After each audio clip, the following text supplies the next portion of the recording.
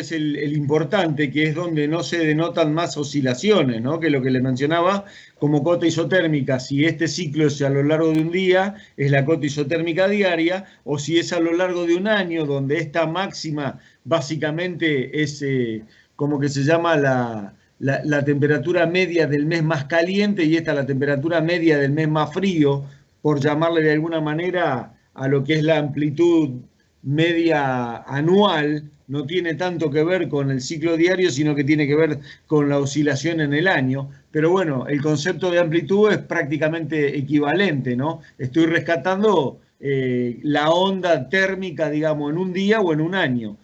Si esto fuera en un año, yo llegaría acá a la cota isotérmica anual.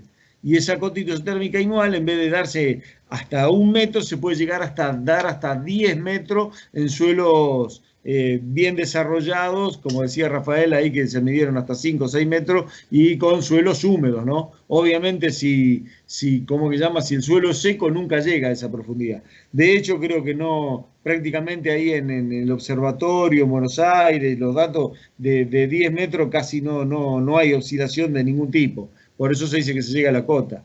De ahí en más, la temperatura, primero, en los primeros metros continúa sin variación, o sea, se hace isotérmico el perfil más allá de los 10 metros de profundidad a nivel anual. Y después lentamente, se lo pongo acá en el costadito, miren, les cambio la escala de profundidad. Si esto eran los primeros 10 metros, perdón, ahí vamos a hacer los 10 metros. Vamos a suponer que ahora yo estoy acá en la cota isotérmica anual. La cota isotérmica anual, 10 metros, ¿sí? Los primeros metros más o menos se mantiene isotérmico. Y después de a poquito la temperatura empieza a hacer esto.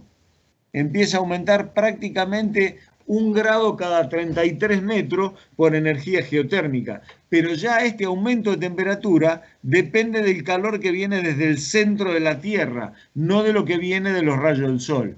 Esta variación hasta la cota isotérmica diaria o anual es la que se considera motivo del intercambio de calor con la superficie a través de la atmósfera y los rayos del balance de energía que les mencioné antes. ¿Se dan cuenta? El resto de las oscilaciones de temperatura ya no tiene nada que ver con el Sol y con el planeta en sí mismo y su balance de energía. ¿Se entendió la primera ley de Angot? Obviamente el flujo de calor en estas oscilaciones, desde superficie a profundidad, de ida y de vuelta, ya sea entrando cuando viene el flujo de calor de lugares más calientes a lugares más fríos, acá el calor en el de máxima, mírenlo de esta manera, está fluyendo desde superficie hasta la cota, mientras que acá el flujo de calor se reinvierte, va de la cota, que es el punto más caliente, a la superficie en los momentos de la mínima. ¿Ven? Porque acá estoy más o menos a la temperatura media de la oscilación. Esos flujos de calor a lo largo del día son netamente por conducción, porque no tienen otra posibilidad en un medio opaco y sólido como es el suelo. ¿Se dan cuenta? Sólido, bueno, ustedes ya saben que es una mezcla de fases, ¿no? Es una mezcla de fases, ya les dije, sólida, líquida y gaseosa. Pero como es como una esponja, la matriz sólida de ese suelo, de las partículas, hacen de que prácticamente las fases líquida y la fase gaseosa estén quietas, con lo cual todo el pasaje de ida y de vuelta de calor es básicamente por conducción. ¿Se entendió la primera ley? ¿Hay alguna otra acotación que haya que hacer? Si no, avanzo sobre la segunda.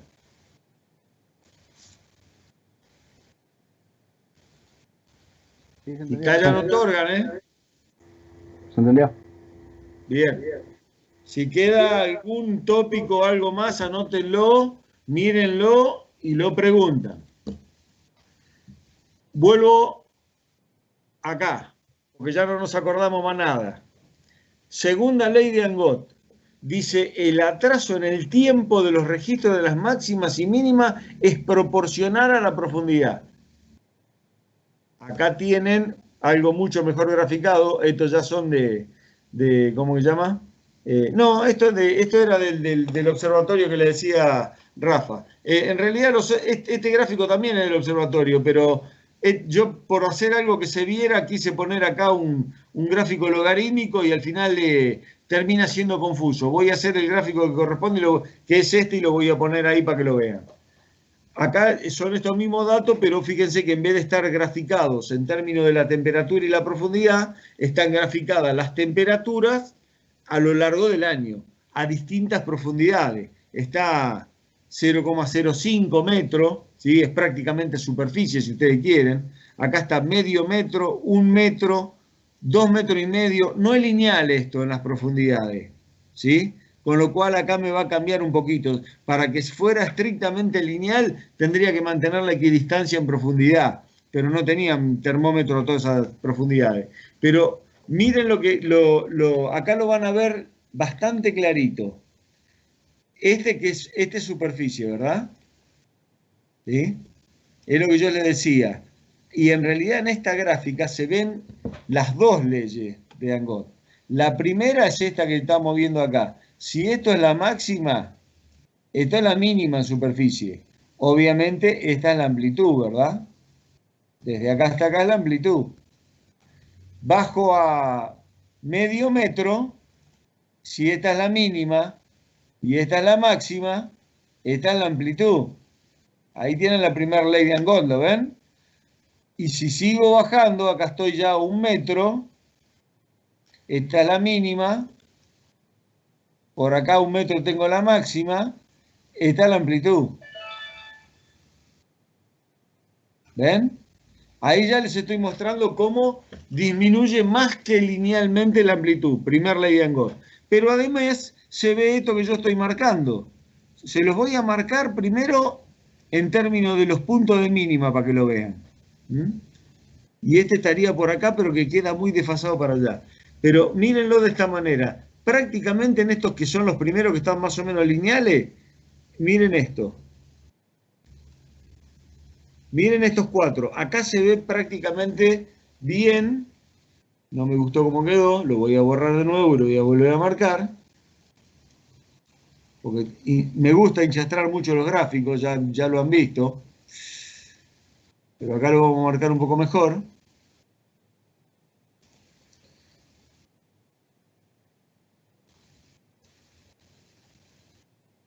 Ahí, más o menos ahí.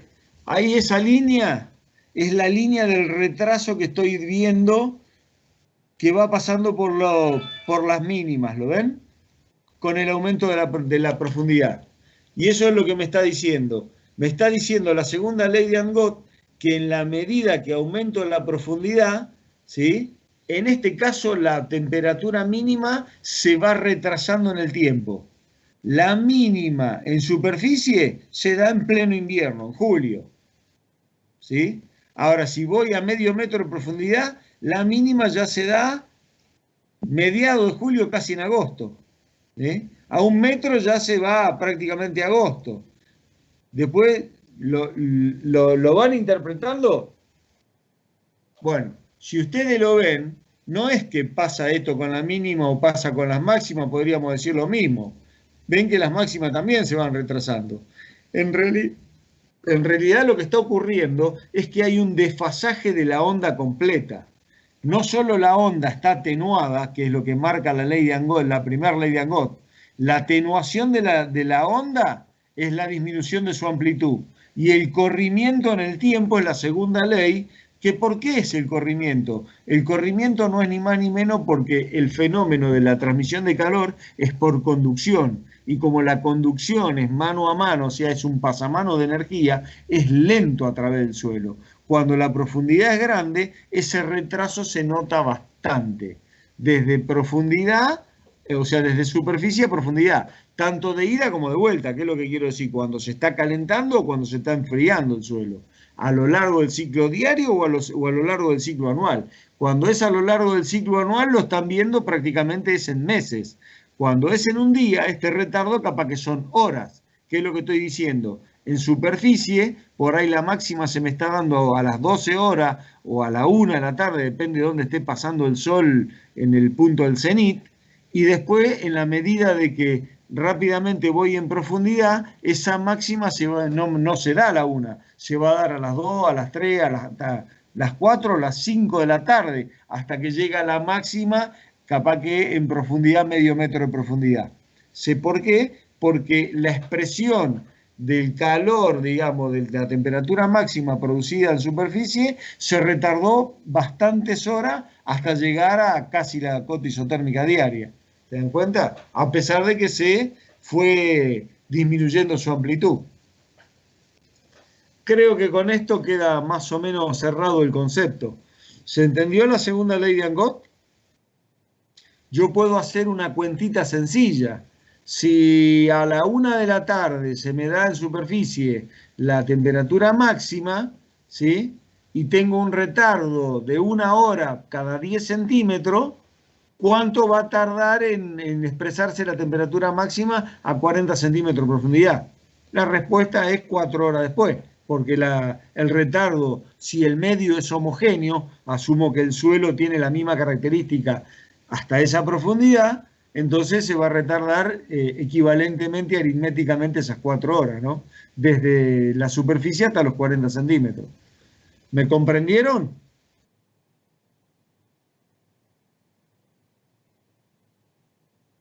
Escucho ofertas. Sí, profe, se entendió. Hola, hola. Sí, profe. ¿Alguien no entendió? Por favor, hablen. Miren, acá tienen una gráfica, mientras piensan si hablan o no, de los registros de una estación automática, ¿no? Acá tienen 3 puntos, 3 variables. El rojo, que es la temperatura del aire, que todavía no dijimos nada, pero se las muestro igual ya. Esto está graficado un poco a propósito, ¿sí? Y tienen el azul y el amarillo, que es el azul es el registro de la temperatura en el suelo a 10 centímetros de profundidad. Y el amarillo es el registro, esto es acá en Santa Catalina, en una estación que teníamos ubicada acá en Santa Catalina, a 50 centímetros de profundidad. Ya prácticamente a medio metro, casi ven que a lo largo de, bueno, el eje X que tienen acá es en tiempo en 12 minutos, pero por cómo viene la onda térmica, y yo les diría que estamos en 25 grados, en 50 centímetros de profundidad, con temperaturas del aire que pasan a 35, les estoy diciendo prácticamente esto es la parte de arriba de la oscilación de verano, ¿no? Y cada 12 minutos, 7.000 y pico de periodos, son como 3 meses, ¿no? ¿Cuánto es 7.575 dividido 120? Que son la cantidad de observaciones que tenemos en un día cada 12 minutos. ¿Alguno que me haga la cuenta? ¿Cuántos días da? Bueno, en realidad cada una de estas oscilaciones que ustedes están viendo acá comprimida, cada subida y bajada de los rojos, de los azules, es un día. ¿Cuántos días hay acá? Más o menos 100 y pico. Sí, debe haber como 3 meses de dato acá. Ahí tienen perfectamente claro cómo se ve la fluctuación, ¿no? Y en la medida de que ustedes podrían poner prácticamente que la temperatura del aire represente casi la temperatura en superficie del suelo.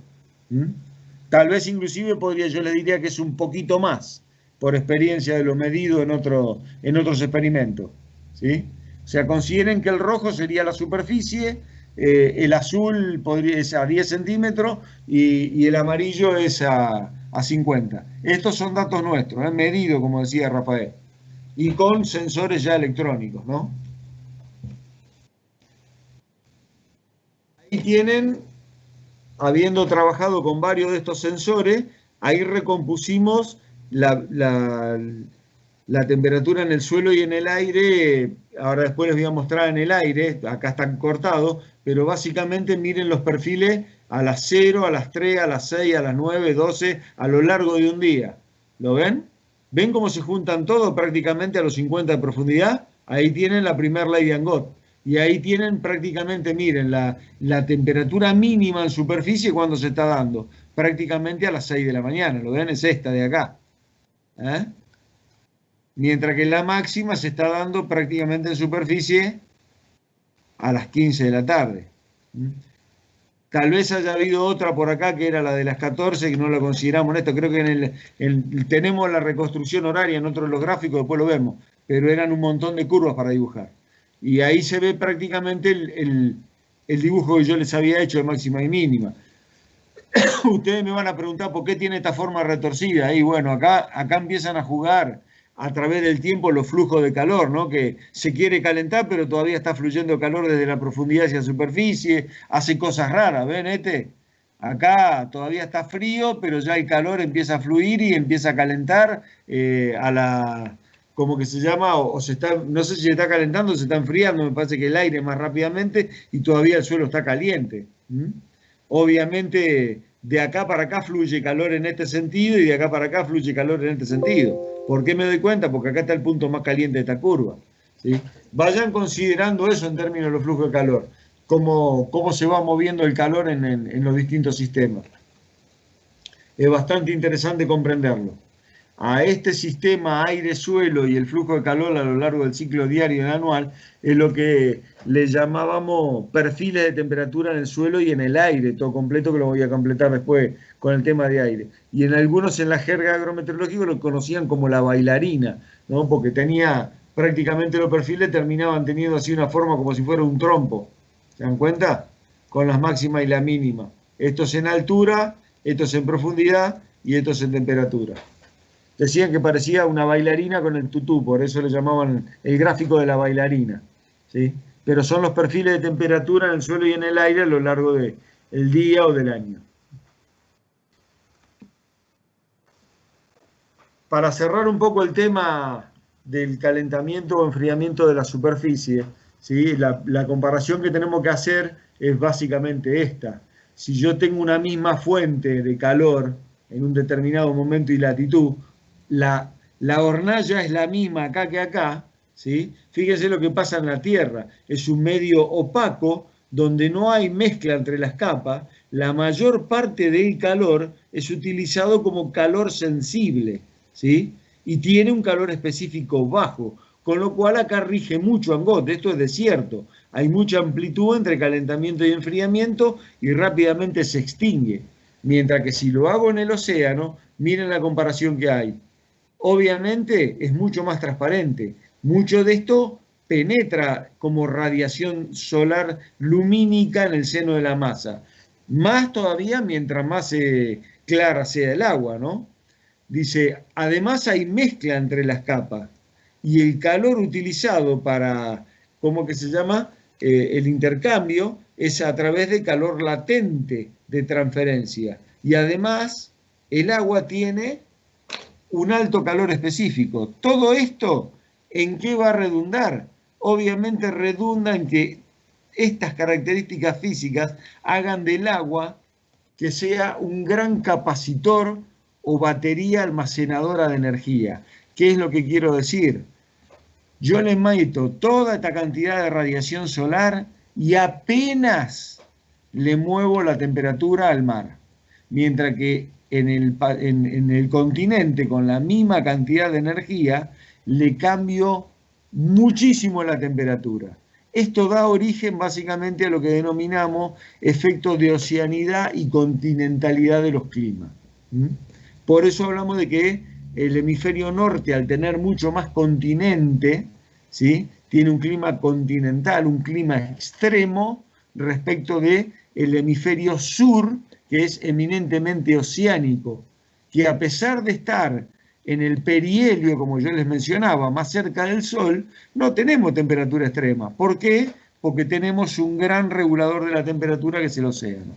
Mientras que al estar en el afelio, el hemisferio norte, más lejos del Sol, ¿sí? Donde le está llegando realmente un poquito menos de energía por unidad de tiempo y de superficie, porque está 4 millones de kilómetros más alejado del punto focal, en ese caso de la traslación, a pesar de eso, por tener esta característica de medio, que es el suelo, se calienta mucho más teniendo temperaturas mucho más extremas en verano y obviamente se va a enfriar en invierno teniendo temperaturas extremas en invierno. ¿Se dan cuenta? Acá tienen la práctica donde están las temperaturas que les mencionaba Rafael del Observatorio Central de Buenos Aires, a través del año, ¿sí? A través de las distintas profundidades. Y se les marca, acá ustedes tendrían que marcar, buscar a través de las distintas profundidades cuáles eran los valores máximos y cuáles eran los valores mínimos y graficarlos. Esto es a través de las distintas profundidades y ahí tienen resuelto. Prácticamente tienen la segunda ley, que es la del desfasaje, y tienen la de, ahí tienen la amplitud térmica. Esto está puesto como lineal, pero fíjense que acá ya no hay máxima ni mínima, es la amplitud. Y acá están tenido en cuenta que la amplitud está en un eje logarítmico. Eso es lo que yo les explicaba. La amplitud térmica, o primer ley de Angot, cuando yo tomo los valores en términos logarítmicos, la disminución, digamos, de la temperatura a través de la profundidad se va haciendo prácticamente lineal. Los desajustes estos que se dan de la línea, bueno, son porque no están medidos exactamente a determinada profundidad los termómetros, no estaban equidistanciados, ¿no? Es lo que yo les planteaba antes. Y la otra ley es prácticamente lineal, la segunda ley del retraso, que también no están justo sobre la línea, porque en realidad yo lo estoy tomando el retardo en meses, ¿se dan cuenta? Para hacerlo mucho más lineal yo tendría que estar tomando el retardo directamente contabilizado en días, porque las profundidades no estaban equidistantes. Pero espero me lo entiendan, porque cuando hicimos los ajustes se nota perfectamente el cumplimiento de las dos leyes que yo les planteé enunciadas por Angot, ¿sí? Ahí tienen una foto de lo que les mencionaba Rafael. Estos son parte de los termómetros utilizados en el observatorio de Castelar, que se observaban, no me acuerdo de cuánto era, 2, 3 o 5 metros de profundidad, y se lo sacaba dentro de un tubo y se medía la temperatura en el observatorio, para reconstituir, digamos, las temperaturas a lo largo del año, básicamente a esa profundidad. Ahí tenían los geotermómetros que yo les decía, que eran instrumentos termómetros, pero que tienen un codo largo, una prolongación del bulbo capilar, a distinta profundidad para observar la temperatura en profundidad, ¿no? ¿Por qué están dentro de esa jaula? Porque son muy frágiles y si venían los perros, animales, pájaros, inclusive el granizo, los golpea y los rompe o los quiebra. Ahora la cuestión pasa un poco por esto. Estos son de desarrollo un poco propio, los probamos con la gente de ingeniería de allá de INTA y hay, bueno, elementos sensibles que están acá adentro, los ven en estas puntas. Acá hay adquisidores como si fueran computadoritas, ¿sí? Y acá en estos cables teníamos en la punta de estos tubitos de cobre, había unos sensores de temperatura LM35, es un circuito integrado para medición de temperatura que utilizamos experimentalmente en la cátedra, calibrados, está publicado, si alguien quiere saber más, los utilizamos para medir bastante al respecto. Ahí hay otros que están instalados. Bueno, y en el próximo tema que veamos les voy a mostrar, si acá llegan a ver el detalle de la foto, miren por acá, a ver si lo llegan a ver. Quiero que hay otra foto de mayor detalle más adelante. Acá había algunos que están en el suelo, acá, ¿sí? Y acá hay partes de estos que están acá a distinta altura. ¿Los ven? Acá estaban en esa torre midiendo temperatura en el aire a distinta altura. Con esto reconstruimos la parte de abajo de la bailarina. Y con esto reconstruimos la parte de arriba que les voy a mostrar en un ratito. ¿Sí? ¿Preguntas? Si quieren cortar, corten y hacemos alguna rondita de preguntas y paramos un cachito.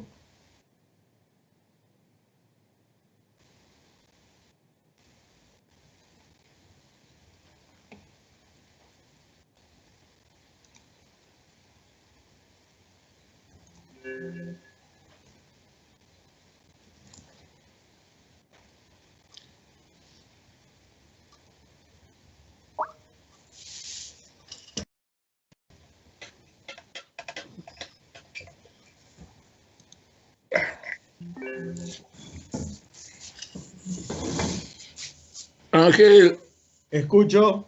abandono por un rato, aprovecho ahora. En una hora vuelvo. Bueno, vaya, meta tranquilo, Rafa. En 1 hora me reactivo. Hasta luego. Vamos a pagar esto. Volvés justo para explicar estabilidad vertical.